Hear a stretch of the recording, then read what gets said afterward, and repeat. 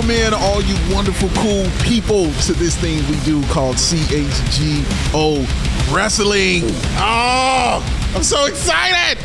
What up, y'all? Big Dave, CHGO Bulls, special advocate over here. That is Greg Boysen.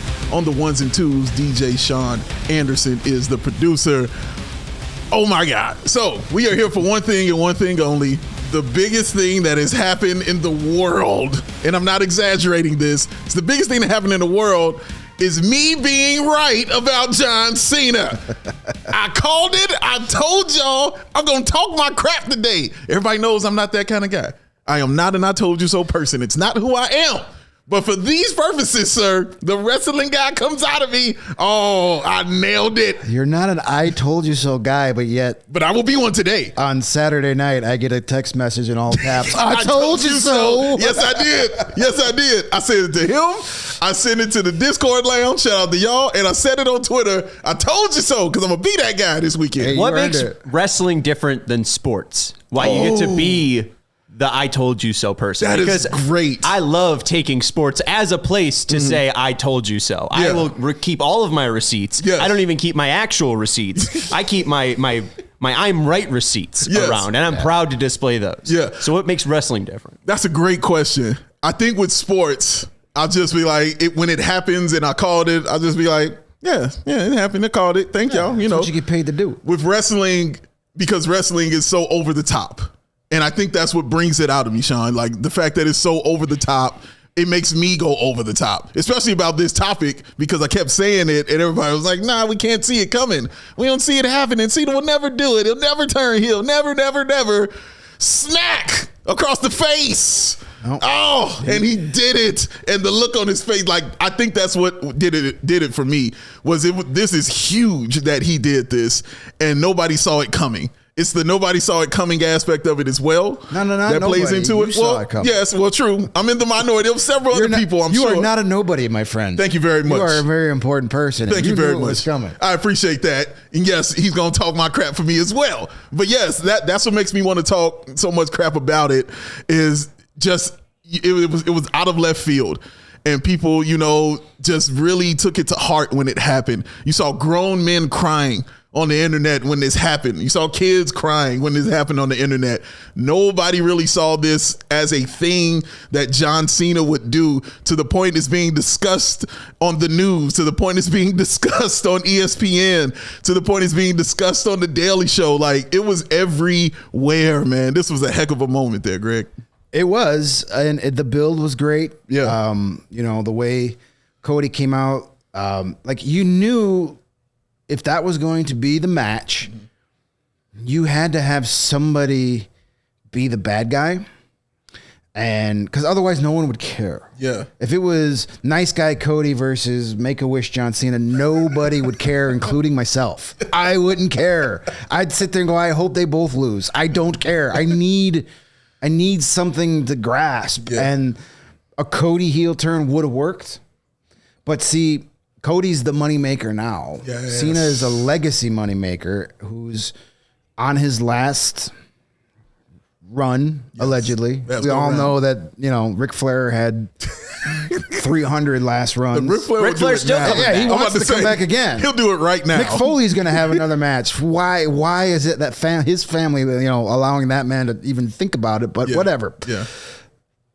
So, Cody wouldn't have made sense for the long term because you built so much about him and now he's got like an enemy again because when it was Cody getting screwed by Roman Reigns and The Rock and trying to complete the story, that's when he was a compelling character. And since last WrestleMania, he's lost that aspect. It's Cody versus, whatever, Drew McIntyre. We know who's going to win. Even the Kevin Owens stuff, as good as that was, you knew Kevin Owens wasn't winning that. True. That feud. But they set it up well. Cody coming out, The Rock coming out, and you kind of were like, I don't have a soul. I don't own my soul. I mean, you're like, oh my God, he's going to do it. They had him in black. Yes. It was, they were like setting it up. Yeah. And then when he said no, at that point, then I was like, oh my God, they're going to do it. Yeah. Because the way Cena was overacting that he was happy when he told The Rock to go F himself, I was kind of like, all right. He did give the... I kind of see him coming, like the setup there. Yeah. But the way they did it was great. And now, you know, of course, I will get into it. You know, I'm wearing my NWO shirt because a lot of people started thinking of that because, like, oh, you can definitely roll with that. You have The Rock and Cena, so who's going to be next? Who's going to be, like, you know, does this, when Roman comes back, is he going to be part of that? Or, man. Or does, you know, some of these disenfranchised guys like Drew McIntyre, does he become a part of that? Like, there's so many ways that they could take this that goes beyond John Cena. So if when John Cena says this is the end, this is my last match, they still have you know, runway to go with this angle that he helped start. So it makes a lot of sense. Yeah. It was well done. The reaction from people is still all over the place. Like I've seen one of my favorite things the last couple of days is, you know, you got I don't know if you've been to a McDonald's drive-thru recently. No, I haven't. John Cena is a McDonald's spokesperson, and he's like on the big video board, like wearing a Mr. Rogers cosplay outfit, you know, with the sweater vest and tie, and he's holding up like some chicken nuggets, like, oh, you're here for the good stuff or whatever. There are so many people that are like on social media at McDonald's, like giving the middle finger to John Cena's picture at the McDonald's. Like, it's good stuff. Like, this is like what WrestleMania has always traditionally done, and they're doing it again, is that it gets people who aren't wrestling fans talking about it. Dude, yes. That's why they always bring in the celebrity. That's why, for whatever ungodly, unknown reason, Travis Scott is standing there. Why does everyone hate Travis Scott? I don't hate Travis Scott. I just, they hated his appearance. Well, I'm in the minority here on Travis Scott. I promise you. I don't necessarily hate the appearance. Just give me a reason why he's there. He's a celebrity. And then he's the hardcore champion of the champion that he's never defended ever. But he's the hardcore champion. Like, he is honestly there just to be a celebrity and add to the, I'm selling my soul. Look at what you could have. You could be hanging with Travis Scott. I'm cool with all that, but then don't have your celebrity who's never been in a wrestling ring throw live rounds and injure the guy that you just like are starting the like biggest angle you've had in a decade. Yeah. And then you got an untrained celebrity throwing live rounds and breaking the eardrum of Cody Rhodes. He did that. Like, that's dumb. Yeah, he did that. Like, if you just want to stand there and act cool and be like, look at me, awesome. Leave the throwing of the punches to the professionals. His comeuppance will be coming, man. He'll get his comeuppance. He's going to get a Braun Breaker spear. Like, what's his face? Like Speed. Yeah, you're going to get that. No, honestly, like Travis Scott threw what I would equate to a drunk punch on Cody Rhodes. Like, there was nothing that explains that punch. Yeah. There's no reason why Travis Scott should be punching Cody Rhodes. It's just very weird to be like, pushing him onto this. I can't argue that. Does this mean we're getting Travis Scott versus Bad Bunny at WrestleMania? That's exactly what that means. And Speed is going to be there too. It might be a triple threat with Logan Paul. That's going to be. You took the words out of my mouth. Hey man, I'm right here with you, Sean. That will be my. I'm going to the bathroom and making a sandwich match. Making a whole sandwich, a whole ass sandwich. Yes. I want to see it, dude. I like all the entertainment aspects of this stuff. Like this just goes back to stuff like Pete Rose, when he would be there in the ring and things like that. You go all the way back to the very first WrestleMania. Bob Uecker, you know what I mean? Very first WrestleMania, you had Muhammad Ali as the special enforcer for the main event, and Liberace was the timekeeper for whatever reason. Cyndi Lauper is up in here. Yeah, she was there. Bob Uecker, Vanna White. You know, one of my fondest WrestleMania moments was probably when I was about 14 or 15, the perfect age group, when it was Pamela Anderson and Jenny McCarthy. Remember that? When it was Shawn Michaels and Diesel, and they each had one of the, you know, blonde Playboy bunnies in their corner, and I was not mad at that. Here in Chicago, everyone remembers WrestleMania 13 because of Bret Hart and Stone Cold Steve Austin. But what followed that? Lawrence Taylor versus Bam Bam Bigelow. Classics. Hey, obviously Austin and Mike. Austin and Mike Tyson as well. Yes. WrestleMania 2. You had the NFL Battle Royal. That is true. Here in Chicago. Oh wow! It was William Perry and Jimbo Covert, because it was like 2 months after the Super Bowl, and you had like all those current NFL guys. Yeah. You wouldn't see that today. Yeah, no. Floyd Mayweather. And fighting the Big Show. That same WrestleMania 2, the British Bulldogs won the tag titles at the old Rosemont Horizon, and Ozzy Osbourne was in their corner. Wow. Like, WrestleMania has always been about the celebrities, so I get that. But I'm all about the celebrities who come to the ring and wave and do their little thing. I'm not a big fan of celebrities actually wrestling. Okay. Like, leave it to the pros. It's WrestleMania.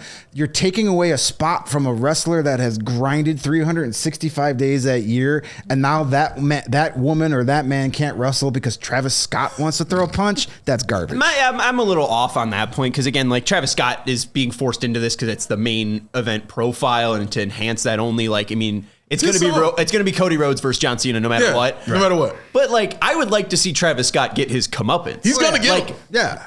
Is he taking a crossroads? Dude, is he going to be taking a dashing kick? Like, I don't think he's going to get his comeuppance. He's going to take like a punch and take a bad back bump. I don't know, because Cody might remember how this feels and what you did to me. So when we're in that ring, it doesn't matter how it's scripted. What I want to do is what I want to do. JBL Blue Medium. Yeah. No, have Goldust come out and give him the Shattered Dream. Oh, actually, that would work. That'll teach him. That would work. That would teach him right there.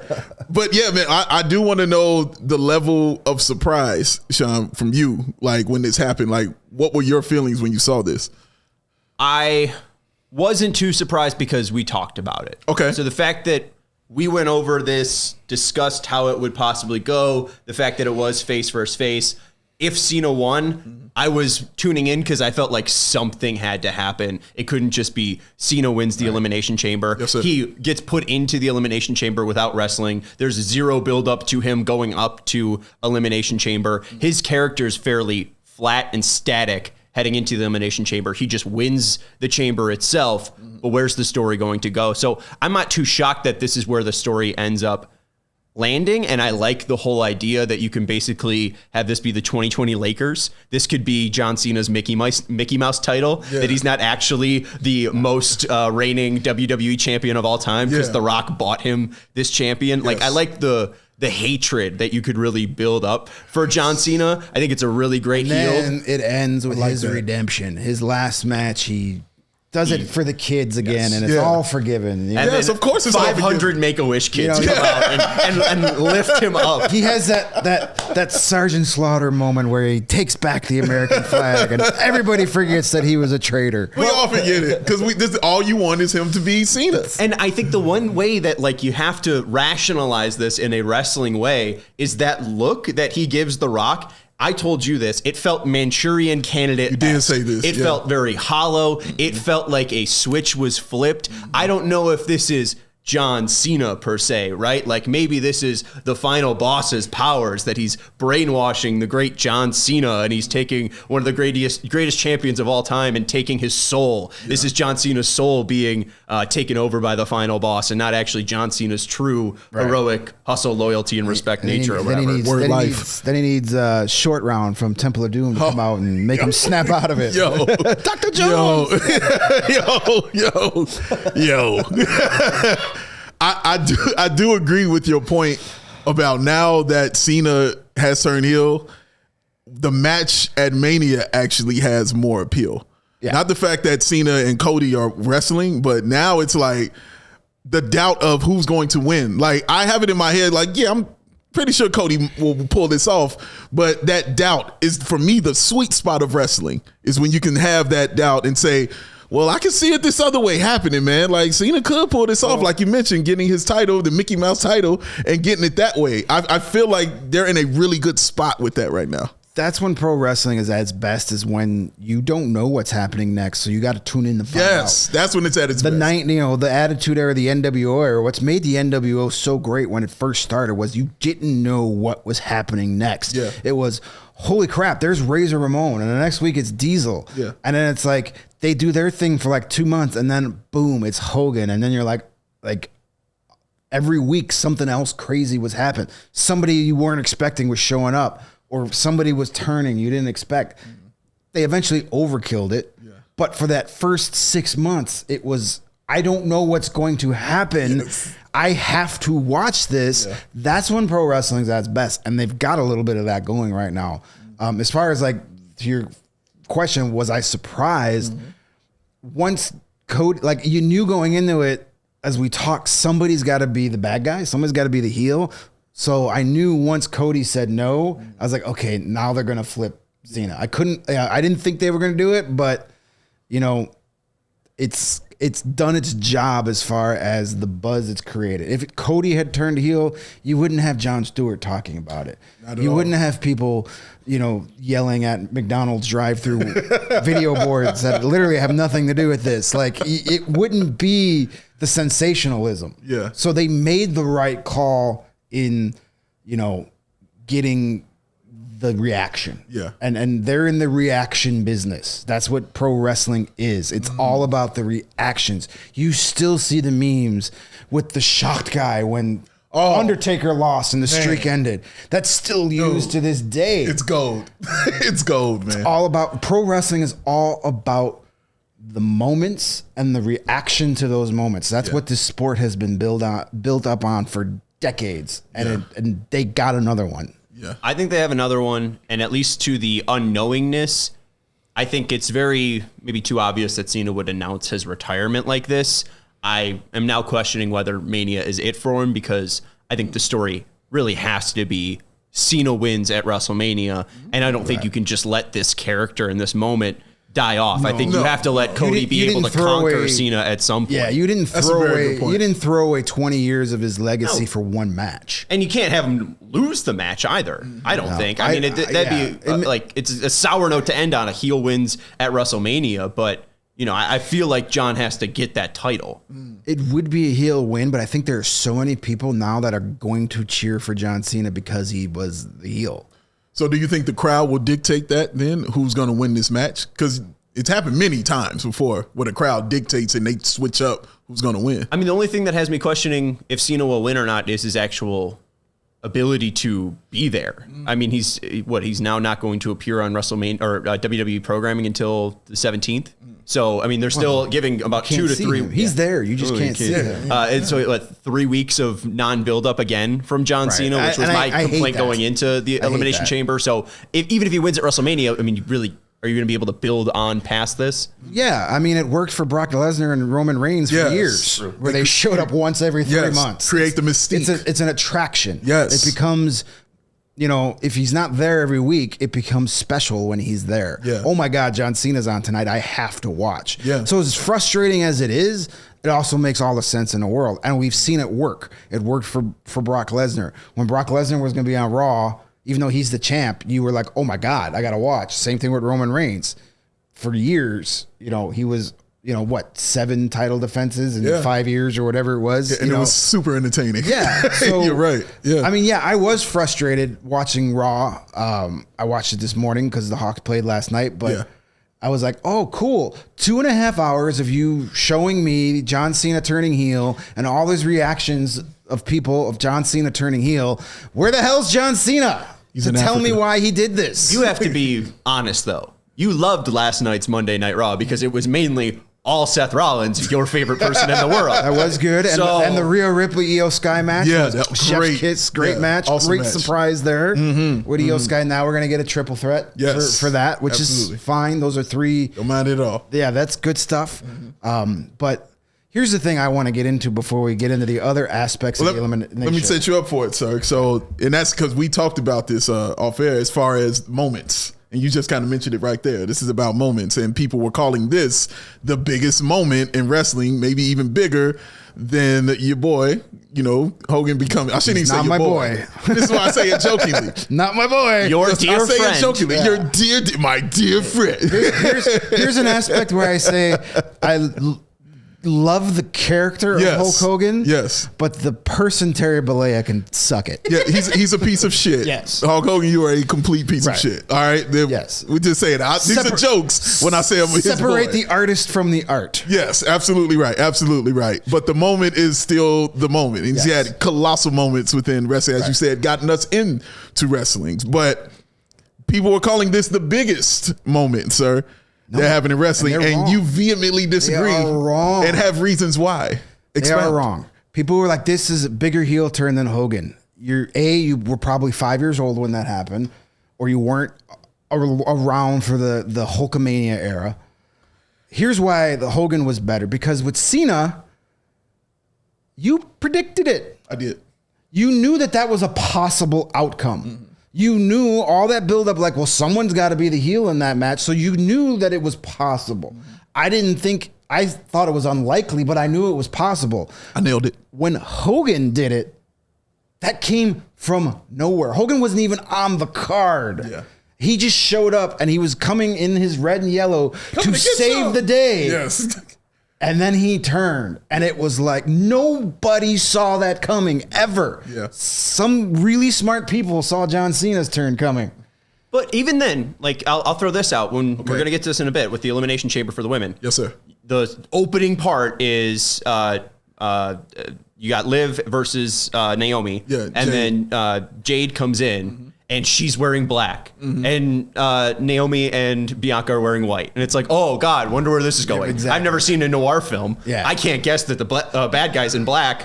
Like at least, like even the Hogan thing too. It's like he's coming out in his McDonald's red and yellow. Even though Bobby the Brain Heenan almost gave it away when you watch that they got so mad at him because he's walking down the aisle and Heenan goes, "Is he the third man?" And I was like, "Shut up, dude! Shut up! Let it happen! Shut up!" So, of course he's not. You know what I mean? But I think the other part of your point, the shock of it was the reaction of the crowd. Yeah. The trash that was in the ring for Hulk Hogan. Yeah, man. And hearing him cheered Cena. Yes, they loved it. Nobody cheered Hogan when nobody did that. And Hogan, nobody. As big of a star as John Cena is, he is nowhere close as big a star as Hulk Hogan was when Hulk Hogan was on top in the 80s. That's fair. Everybody knew Hulk Hogan before he did movies. Hulk Hogan was on the cover of Sports Illustrated in 1984. Yeah. Before he was ever in movies. Rocky 3, baby. Like different era. Yeah. Like it's not social media and all this, 300 cable channels that need to have programming. It was 1985 and everybody, like Hulk Hogan and Andre the Giant got 73,000 people to Detroit to watch a match. Yeah. That was unheard of. Unheard of, bro. So as big of a star as John Cena is, not even sniffing where Hulk Hogan was, as far as like kids growing up just loving that, and then to have him do that turn that nobody saw, it's not even close.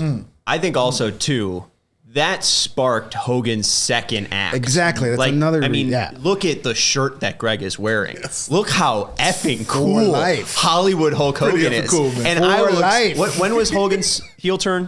1996. Okay, this kid not born. Yeah. At all. Jesus. I know. This one's not watching. I know Hollywood Hulk Hogan because you're making me feel old. You're guys. so welcome. I remember Hollywood Hogan senior because in high school. You jerk. I'm so sorry. Hey, you could be my dad. I could. God, I'm not, but I could. Go. Anyways, I'm then watching wrestling when I'm like 3 or 4 because my grandpa's the best and showing me wrestling at that age. But I'm watching Hollywood Hogan on WWF Raw hitting Rock with a hammer, and he's still like the coolest, the baddest, the meanest. Like he was able to take this character and embrace it. That's my thing with Cena is he's not on WWE selling this. He's not gonna probably have a cool look. I mean, Cena's a 40-year-old who's balding wearing jorts. He should get the Hogan. He should get the Hogan. Just shave it off the top and get the hair down. Like lean into it. Yeah. So like I just don't know if Cena's going to be able to sell this like Hogan. No. The moment itself, I think is possibly debatable, but I think even to your point, like Hogan's was more of a shock factor, but Hogan is absolutely going to be the better heel. It resurrected his career and gave him another decade of dominance. It's true. This is Cena on the way out. He does it. Hey, let's try something new to get people care. It's my last run. Where Hogan, people had forgotten about Hogan at that point. They were sick of it. And then he came out and boom, you could argue that Hollywood Hogan for a short period of time was just as popular as Hulkamania Hogan ever was. You can argue that. When Hulk Hogan turned heel and started wearing the black and white, wrestling got cool again. People were wearing NWO shirts everywhere. It's true. Well, and it led to Stone Cold Steve Austin, and it led to the WWE changing and the ad. If Hulk Hogan never goes heel, you never have the Attitude Era. And to that too, he kills Hollywood Hogan after rocking Hogan at WrestleMania 17, where he comes in as the heel and they just love him so effing much that he turns into the face. Such a great match. That's where he just kind of epitomized himself as a legend. Obviously Hulk Hogan was a legend before that, but like, I know what you're saying. That just put together like the greatest wrestling career of all time. There's a great story that he tells that because that was in Toronto where Elimination Chamber was, that they had the next night they were in Montreal for Raw, and like he actually had to like call his son to fly up his red and yellow gear because nobody had expected that they wanted him to go back to that. So he was like, I need you to get on a plane and bring that gear to Montreal so I could wear it. Wow. Because they had never, that whole match was changed in the ring. It's such a cool thing to watch how it changes. And they literally changed his trajectory and his storyline because of that match. That's true. It happened, ladies and gentlemen. And Sean, by the way, I'd be honored if you were my son. Be honored. I'd be honored to be your son. Be honored, sir. You mentioned the women's Elimination Chamber match. Let's get into that. Bianca Belair, Liv Morgan, Alexa Bliss, Naomi, Bayley, Roxy Perez. Bianca Belair comes out on top. I think we predicted that. Called Bianca to win that match. But as you mentioned earlier, Sean, Jade Cargill kicking it off, kick off the entire show by coming out. My God, by coming in and stomping a mud hole, as they would say. And Naomi, I'm curious as to what you think this sets up for Mania with Jade. Does this set up something with Bianca involved, that Bianca maybe getting a heel turn? Because she's going to have a championship match, you know what I'm saying, going against gosh, I'm forgetting that Io Sky. Right. Going against Io Sky. And likely Rhea Ripley in a triple. And yes. Yeah, they definitely set that up. But does that set up a heel turn for Jade, or does it set up a heel turn for Naomi? Like who is it setting up for? I don't know. We're going to have to see how that goes. What I could see happening is like you have Naomi and Jade on night one. And then night two, you have the women's triple threat. And then Jade and Naomi get involved with that to screw Bianca somehow. Where like Bianca's about to go over and then Jade comes to the ring, doesn't do anything, but just the fact that she's standing there distracts her enough for someone to like beat her. Okay. So I can see how they do that. I don't know. Like you got to see what Jade, like this time away from her was to get better in the ring. Yes. Because that's the only thing she's been lacking. Yeah. Is the ring work. She's got the look. Oh. She can talk. Oh. She's a star. Yeah. But this isn't the days of the Divas division where you just show up in a bikini and nobody cares. Like you've got to be able to work. Yeah. Especially in this division when you got so many great female workers. She's a powerhouse. So that's going to be the wild card in this. If she can go out there and have a WrestleMania worthy match, I'm all for it. Okay. I mean, I like what I saw, what she was doing to Naomi. That looked awesome. That's easy. If she can do more of that in the ring, then I have no problem. If she could tell a 12 to 15 minute story on that stage, then awesome. And roll with it. I think heel would be better towards that aspect of her wrestling. Yes. It would lend itself better to that. Yes. Because she gets to be much more physical. Yeah, usually those unbeatable forces are better as Big Mama heels. drama. Yeah, I mean, because everybody wants to see those unbeatable type people get beat. Yes, correct. They don't want to see them win because that's boring. You want to see the underdog beat her. Yeah. So, or maybe Bianca screws over Naomi in their match, and then Jade helps Bianca win the title at WrestleMania, and then then Jade becomes Bianca's like personal hit woman. Yes, the enforcer. Yes, yeah, that can happen too. No, that'd be a lot of fun. They got options. As far as the match was concerned, how did you feel about the match and how it went down? I enjoyed it. To be honest with you, I thought the women's match was overall more entertaining than the men's match. Agreed. Because the women's match had more unknown factors to it. You really even though we both predicted Bianca, there was a good portion of that match. I was like, oh, Alexa Bliss is going to win this. Yeah. Or maybe Liv is going to win. And kudos to Liv, who took a my goodness beating in that match. Oh, Liv. Seriously. Moments. Seriously. That whip she took, that sounded like a shotgun went off. Dog, every time I hear it, I still can't believe. My ears don't believe what I'm hearing. And then, that's hair. She posted on social media the next day. I don't know if you saw her selfie in the mirror. Yeah. She's got the lash across her stomach. And her arms are bruised. Yeah. She took a beating for that. And kudos to her. She I don't think she gets enough credit for how good she actually is. Completely agree with you. So I enjoyed the women's match more than the men's match because you knew the men's match was going to come down to Cena and Punk. Yeah. You knew it. Yeah. You knew Damian Priest was the first one out. You knew Drew McIntyre was going to get screwed. Yeah. And you knew Logan Paul was going to get some heat, and he did, but you knew he wasn't going to win. So you knew where that one was going. You knew Seth and Punk were going to get their shots in. Those 4 other guys were there to build their WrestleMania card, so you knew how that was going to go. Can I just jump in real quick? Because there's no other spot for me to say this. I also should probably take out Bianca wins women's chamber as we're now going to the men's. But when we talk about Logan Paul being in this match, what does he do when he's in Toronto? What does he come out with? We had to go get the American flag. We had to go get the American flag. And what does dumbass Pat McAfee take up as a stance? Oh, why are you booing the American anthem? Hello? Yeah. That's what heels are doing in your damn promotion. Yeah. And Pat, I don't think you are playing up the heel. Like, just the lack of self-awareness, the lack of IQ from that punter. He's not even taking hits in the NFL, and I think he should probably be checked for concussion. Like, this is brutal. It was the fact that he's going to act surprised that happened based on what was going on at the hockey games the week before. Yes. And you kind of saw it coming. And what's going on, and if you don't understand why they're doing it, then I don't know what to tell you, sir. Yeah. And then to every 15 minutes say it, it's like, dude, I hate to break this to you, Mr. McAfee, but you're part of the reason why they're booing. So deal with it. But yeah, of course Logan Paul got the cheap heat. I'm sure cheap heat. I'm sure Triple H was like, hold on, we got to find you a flag. As he should. Like that's smart from the dastardly heel, but just like McAfee being so stupid. But that's where we are at the point where now before in pro wrestling, it was just throw a Soviet sickle on him and he'll be a heel, or just say he's from the Middle East and he'll be a heel. Now it's like, give him an American flag and people will hate his ass. Yeah. That's where we are. But give Logan Paul an American flag. That's what really did it. You know what I mean?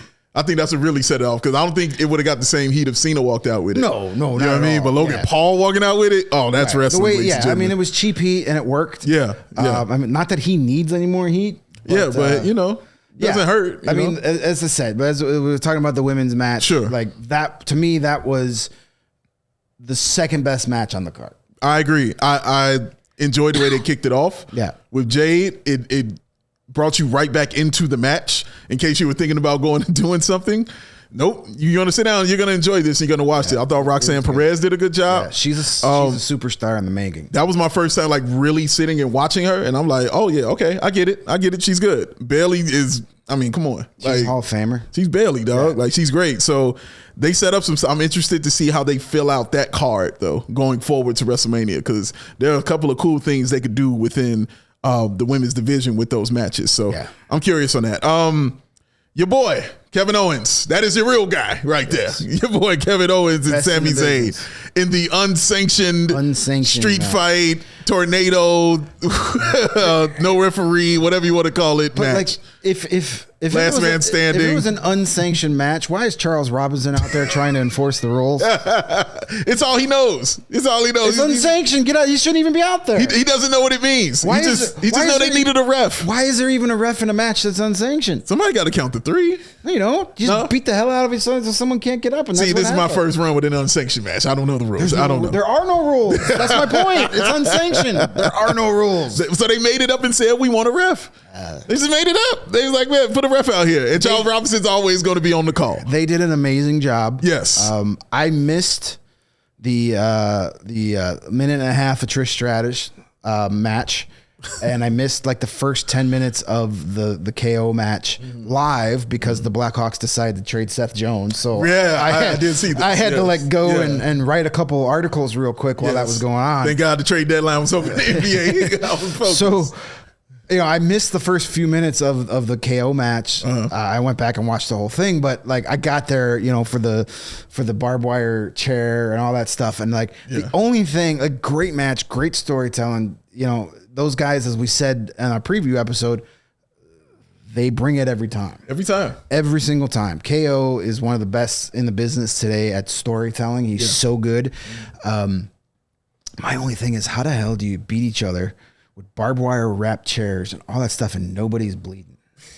That was a great question that you asked. Where's the blood? Someone in the Discord asked me, was that real barbed wire? No. And the moment he asked me that, I got that text from you. It clearly wasn't. Barbed wire. What are they using out here? If you're getting hit in the head with a chair wrapped in barbed wire and you're not bleeding, that's not real barbed wire. It's not. It's not real barbed wire. They took a back bump on it, no? Yeah. They did. Didn't they set up the bridge? There wasn't a drop of blood in that match. And I'm going, man, wait till AEW on Sunday. Oh, it's going to be some bleeding. It's going to be a bleeding. John Moxley bleeds on his way into the ring. Like, he doesn't even have to get hit. Like, that's a match where they're stapling each other and drinking blood and putting syringes in their cheeks. The wildest thing. So, and yet, like, they go through that match. They go through it. Nobody bleeds, and then Cody Rhodes bleeds from one punch. Come on, what are we doing? A couple of them. You know, there's a guy here with a Rolex. I'm just playing. But then, you know, they had the revelation that Randy Orton comes back out. You know what I mean? I love Randy Orton's one of my all-time favorites. To have him come out, sets up KO Orton for WrestleMania, and to tease the punt kick, bring it back. They teased it. They teased it. I love it. Yeah, they did a great job. You know, it was a good ending to an event when Jade Cargill comes back, Randy Orton comes back, and everybody forgot about it by the end of the night. Nobody was talking about either of those by the end of the night. So you know you did your job well. Great job. I give them an A for what they did, and to do it during WrestleMania season. I mean, it just puts more eyes on it and gets us more excited for WrestleMania to come. So we will be checking that out. Absolutely, man. Thank y'all for watching this. Thank y'all for enjoying it. Thank y'all for wanting it. And we will continue to put these out, man. We do it twice a month on Tuesdays, ladies and gentlemen. We put these shows out. So we get a lot of people saying, hey, when are you going to start doing these live? When are you going to start doing these? Yeah, they keep asking. Yeah. Get more eyeballs on us. Tell your friends. Yes. Click.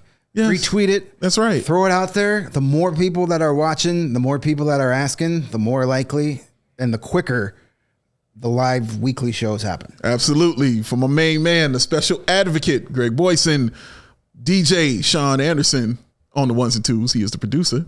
I am Big Dave. Thank y'all for enjoying this. We will see y'all next time. Hogan, you suck. We all silly like the mayor.